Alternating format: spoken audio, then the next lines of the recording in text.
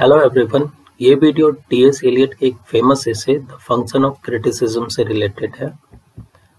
TS Eliot से हम सभी लोग बहुत फैमिलियर है। वो एक फेमस पोइट, एसेइस्ट और क्रिटिक थे 20वीं सेंचुरी के, और उनका जन्म Saint Louis, Missouri, United States of America में हुआ था।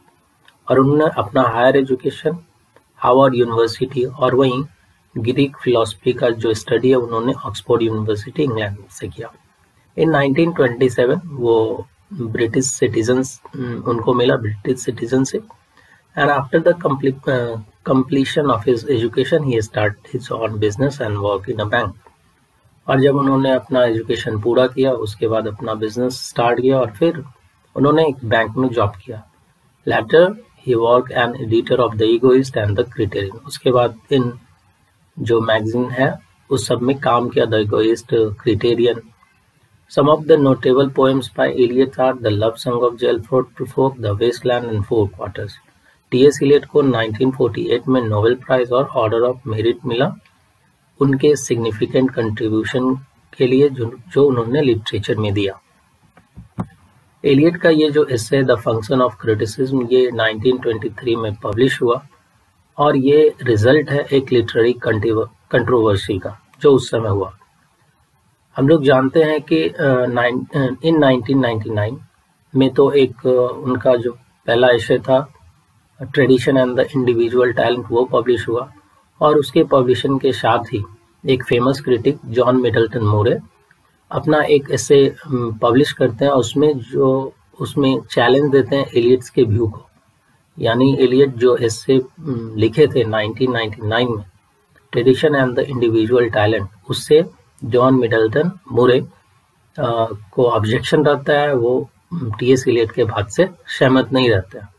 उसके बाद जॉन मिडल्टन मोरे टी.एस. एलियट के उस एसे को क्रिटिसाइज करने के लिए एक एसे लिखते हैं जिनका नाम है romanticism and tradition, and the essay the function of criticism is a reply to the essay written by Middleton Murry. उसके बाद फिर मिडल्टन मोरे तो एसे लिखते हैं चैलेंज देने के लिए रोमांटिक एंड ट्रेडिशन। उसके बाद फिर टी.एस. एलियट ये ऐसे लिखते हैं द फंक्शन ऑफ क्रिटिसिज्म, ताकि मिडल्टन मोरे को जिस बात से ऑब्जेक्शन है उसको फिर से रिप्लाई दिया जा सके। एलियट बिगिंस हिज एसे, ये जो एसे है द फंक्शन ऑफ क्रिटिसिज्म, उसको उसमें स्टार्ट करते ही हैं रिपीट करके tradition and the individual talent. मतलब ट्रेडिशन एंड इंडिविजुअल टैलेंट में जो बात वो कहते हैं उसी को एक समराइज तरीके से द फंक्शन ऑफ क्रिटिसिज्म में कहते हैं इन द बिगनिंग। इससे के बिगनिंग में वो ये सब बात को डिस्कस करते हैं, and he repeats that there is a relation और close bond between the new and the old in art, and such type of bond is known as tradition. So हम लोग को याद होगा ट्रेडिशन एंड इंडिविजुअल टैलेंट में वो बात बताएं कि कैसे न्यू और ओल्ड में एक कनेक्शन है। सो उसी बात को यहाँ ये स्टार्ट करते हैं। ये जो फंक्शन ऑफ क्रिटिसिज्म जो ऐसे उनका स्टार्ट होता है तो उसी बात से स्टार्ट होता है, और फिर से वो रिपीट करते हैं कि there is a relation close bond between the new and the old in art, and such type of bond is known as tradition. और ये बॉन्डिंग जो है वो ट्रेडिशन के नाम से जाना जाता है। According to Eliot the aim of criticism is the clear explanation of literary text and correction of text through comparison and analysis। So Eliot कहते हैं कि किसी भी क्रिटिसिज्म का जो मेन पर्पस होना चाहिए वो ये कि किसी भी लिटरेरी टेक्स्ट का, चाहे पोएम हो, ड्रामा हो, उसको आप मतलब एकदम क्लियर एक्सप्लेन कीजिए, और साथ ही साथ जो करेक्टनेस है उसको लाइए, ताकि जो टेस्ट का जो टेस्ट है, टेस्ट में जो बातें हैं उसको आप इजीली समझ सकें। और ये चीज़ तभी संभव होगा जब आप उस किसी भी टेक्स्ट का जब क्रिटिसिज्म आप कर रहे हैं, एनालिसिस कर रहे हैं, तो जब बिना उसको कंपेयर किए या बिना एनालिसिस किए आप किसी भी टेक्स्ट के बेहतर रिजल्ट तक नहीं पहुंच सकते। मतलब उसका फुल मीनिंग या जो टेक्स्ट में लिखा गया जो भी चीज़ है उसको आप इजीली नहीं समझ सकते जब तक आप उसको बेहतर ढंग से कंपैरिजन या फिर एनालिसिस नहीं करते। So comparison and analysis are tools to what to analyze and what to compare। तो एलियट कहते हैं कि कंपैरिजन और एनालिसिस क्रिटिसिज्म के लिए टूल है, एक औजार का काम करता है, तभी जा करके आप सही मीनिंग लगा पाते हैं किसी भी टेक्स्ट का. But often the analysis and judgement of a literary text differ from one critic to another. Further Eliot ये भी बात कहते हैं कि जो किसी भी टेक्स्ट का एनालिसिस और जजमेंट है वो क्या करता है, डिफर करता है. एक क्रिटिक कुछ और बात कह रहे हैं, दूसरे कुछ और बात कह रहे हैं. And such type of error happen because of their prejudice and eccentricities. और इस टाइप का जो एरर होता है, मतलब एक टेक्स्ट का दूसरा क्रिटिक कुछ और बात करना है, फिर तीसरा कुछ और, तो ये सब इसलिए होता है क्योंकि प्रेजुडिस के कारण या इसेंट्रिसिटीज के कारण होता है. मतलब अगर कोई क्रिटिक किसी के प्रति लगाव रखे हुआ है या किसी के प्रति वो उनका फेवरेट है, तो वो उस राइटर के फेवर में बात करते हैं. वो स्टैंडर्ड क्रिटिसिज्म या नॉर्मल क्रिटिसिज्म का बात नहीं करते हैं. सो स्टैंडर्ड या जो नॉर्मल क्रिटिसिज्म है वो हमेशा ही जो लिटरेरी डिवाइसेस है या लिटरेरी में जो भी सेल्फ कंटेंट एस्थेटिक वैल्यू है, जो ऑब्जेक्ट है, उसके बारे में होता है. लेकिन प्रेजुडिस या इसेंटरिंग उससे काफी दूर होता है. So he holds the view that critics should conform and cooperate in common pursuits so that true excellence can be achieved. So Eliot further कहते हैं कि हर क्रिटिक को चाहिए कि वो एक दूसरे को कोऑपरेट करे, ताकि जो लिटरेरी का जो एम है, लिटरेरी टेक्स्ट का जो एम है, उसको उसके ट्रू एक्सेलेंसेस को अचीव किया जा सके, प्राप्त किया जा सके. In the next part of the essay, Eliot mentioned Middleton Murray's view on classicism और romanticism. जब इससे आपका आगे बढ़ता है द फंक्शन ऑफ क्रिटिसिज्म, तो देखेंगे कि एलियट बार बार मेंशन कर रहे हैं मिडल्टन मुरेस के व्यू को, कि मिडल्टन मुरे का क्या व्यू है क्लासिसिज्म और romanticism. So according to Murry, romanticist and classicist can not be similar at a time, और one can not be romanticist और क्लासिसिस्ट एट वंस. सो अपने उस एस्से में मिडल्टन मुरे ने ये बात कहा कि क्लासिसिस्ट सिमिलर नहीं हो सकता है रोमांटिसिस्ट से, या फिर जो मतलब दोनों में सेम क्वालिटीज नहीं हो सकते हैं. लेकिन याद है कि ट्रेडिशन में क्या कहते हैं कि मतलब आपको टीएस एलियट ये बात कहते हैं, ट्रेडिशन मतलब ये ध्यान रखना है कि क्लासिसिस्ट का बात हो रहा है और इंडिविजुअल टैलेंट, विच मीन्स किसी भी आर्टिस्ट का जो टैलेंट है उसके बारे में बात हो रहा है. सो जब ये बात कह रहे हैं मिडल्टन मुरे कि दोनों एक साथ नहीं हो सकता है, लेकिन टीएस एलियट अपने उस हिस्से में ये बात कहते कि ट्रेडिशन मतलब जो क्लासिकल फीचर्स है वो आपको जन्म से नहीं मिलता, बाय बर्थ आपको नहीं मिलता, बल्कि आपको आप उसको मतलब प्राप्त कर सकते हैं through hard works, through know the pastness of the past. अगर आपको लिटरेरी टेक्स्ट्स वगैरह का ज्ञान होगा या फिर कि ट्रेडिशन का ज्ञान होगा, विच मीन्स क्लासिकल राइटर्स का ज्ञान होगा, तो ऑफकोर्स आप उस लेवल तक पहुंच सकते हैं, आप भी एक बड़े राइटर बन सकते हैं.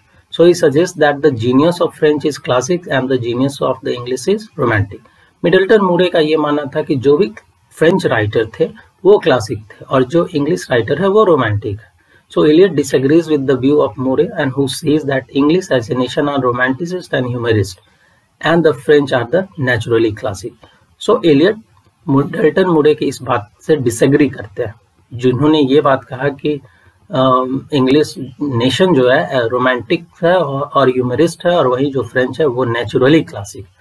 तो इस बात का खंडन करते हैं, विरोध करते हैं टीएस एलियट अपनी इस essay the function of criticism में. In the last part of the essay, Eliot discusses the problem of criticism in all its multiple aspect. He makes fun of the Victorian writer and critic Matthew Arnold, who rather bluntly distinguishes between the critical and creative activities.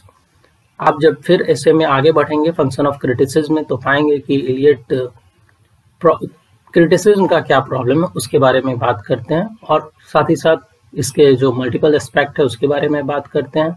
Elliott साथ ही साथ जो Victorian writer और critic थे Matthew Arnold, उनको भी काफी criticise करते हैं, क्योंकि मैथ्यू आर्नोल्ड का ये मानना था कि क्रिटिकल या क्रिएटिव एक्टिविटीज दोनों दो डिफरेंट एक्टिविटी.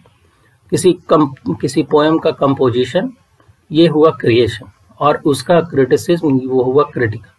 सो एलियट आर्नोल्ड ये बात बोले कि क्रिटिकल और creative activities, Matthew Arnold who rather bluntly distinguish between the critical and creative activity. Arnold believed that creative capacity to be more important than the critical faculty. हाँ, तो Arnold ये कहना चाह रहे थे कि जो क्रिटिसिज्म है और क्रिएटिविटी एक्टिविटीज है, दो तो डिफरेंट चीज है। लेकिन आर्नोल्ड ये कहते थे कि जो क्रिटिसिज्म है वो कम इम्पोर्टेंस है दैन की क्रिएशन से। मतलब क्रिएट करना ज्यादा इम्पोर्टेंट है दैन की किसी चीज को क्रिटिसाइज करना। So he blames Arnold for ignoring the importance of criticism in the progress of creation itself. So TS Eliot Arnold को ब्लेम करते हैं क्योंकि उन्होंने जो क्रिटिसिज्म का इम्पोर्टेंस है उसको कम किया है।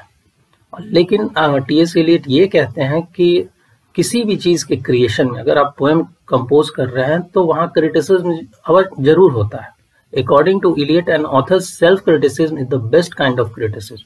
मान लीजिए कि आप किसी पोएम को कंपोज कर रहे हैं तो वहां भी ऐसा नहीं कि डायरेक्टली आप उसको बस लिखे जा रहे हैं, बट आप खुद से उसको बहुत बार करेक्ट करते हैं, जो चॉइस ऑफ वर्ड है उसको ध्यान रखते हैं, साथ ही साथ जो अदर पर्सपेक्टिव है कि आप पोएम को लिख रहे हैं कहीं किसी के फीलिंग या इमोशन को कहीं ये ठेस नहीं पहुंचाए, तो इस टाइप से आप खुद को सेल्फ क्रिटिसाइज करते रहते हैं और देन आप एक बेहतर कंपोजिशन पे पहुंचते हैं।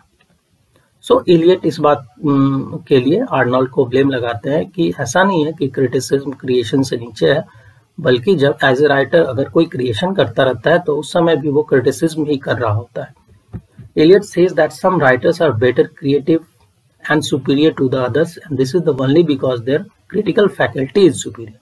सो एलियट आगे कहते हैं कि कोई राइटर जो किसी से बेहतर है, सुपीरियर है, तो इसलिए है क्योंकि उसके अंदर जो क्रिटिकल फैकल्टी है वो सुपीरियर है, वो अच्छे से क्रिटिसाइज कर रहा है अपनी चीजों को और तब जाके वो सुपीरियरिटी को प्राप्त करता है। So they able to criticise their on composition even at the time of composing them. हाँ, तो जब कोई भी पोएम कंपोज कर रहा होता है कोई भी राइटर्स, तो उस समय भी वो खुद को क्रिटिसाइज कर रहा होता है। So the result of this a writer creates more correct and more refined writing. और जब सेल्फ क्रिटिसिज्म होगा, खुद आप अपने वर्क को एनालिसिस और जजमेंट करेंगे, देन आप ज्यादा करेक्ट और रिफाइंड राइटिंग लिख सकते हैं। In argues that critical activities and creative activities can not be separated. और फर्दर एलियट कहते हैं कि जो क्रिटिकल एक्टिविटीज है या फिर जो क्रिएटिव एक्टिविटीज है, दोनों को आप सेपरेट नहीं कर सकते। And the most important qualification of a critic is that he must have a very highly developed sense of fact for clear explanation of literary text. ये बहुत इंपॉर्टेंट लाइन है उनका।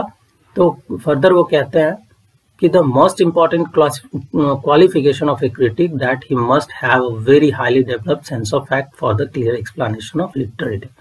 कोई क्रिटिक तभी सक्सेसफुल हो सकता है जब तक उसको highly developed sense of fact नहीं होगा। सारे फैक्ट्स का बात नहीं कर रहे, but related to the literary text like senses of literary figure, like senses of meter, like senses of other literary devices, उसके बारे में बात करें, उनको हाईली डेवलप्ड होना पड़ेगा। साथ ही साथ उसको सेंस होना चाहिए अपने पास्ट का, अपने पास्ट के लिटरेचर का। इन फैक्टों का ये बात कर रहे हैं। So a critic must be able to give an insight into a text. और ये सब चीज जब किसी क्रिटिक के पास होगा, देन आपको उस टेक्स्ट में जो ओरिजिनलिटी है उस टेक्स्ट का, आप उसको जान सकते हैं। So he argues that impressionistic criticism is false and misleading. मतलब वैसा क्रिटिसिज्म जो बस आपको इम्प्रेस करने के लिए लिखा जाता है, वो फॉल्स और मिसलीडिंग है, आपको कहीं और वो ले जा रहा है, मतलब एक्चुअल से कहीं दूर ले जा रहा है। कि वैसे बहुत सारे क्रिटिक है जो बस इम्प्रेशन एस्टैब्लिश करने के लिए लिखते हैं, तो वो आपको मिसलीड कर रहे हैं, आपको falsity के लिए अप्रोच कर रहे हैं।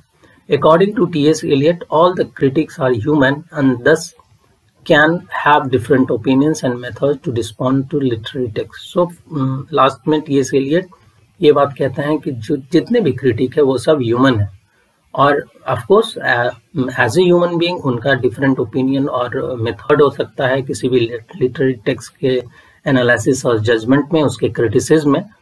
लेकिन जो हर क्रिटिक का क्या अल्टीमेट एम होना चाहिए, वो ये एम होना चाहिए कि जो रीडर है उसको एक सही जानकारी दे सके उस टेक्स्ट के बारे में, ताकि वो जो एक्चुअल मीनिंग है या उस लिटरेरी टेक्स्ट का जो टेस्ट है वो एज ए रीडर प्राप्त कर सके through the help of critics.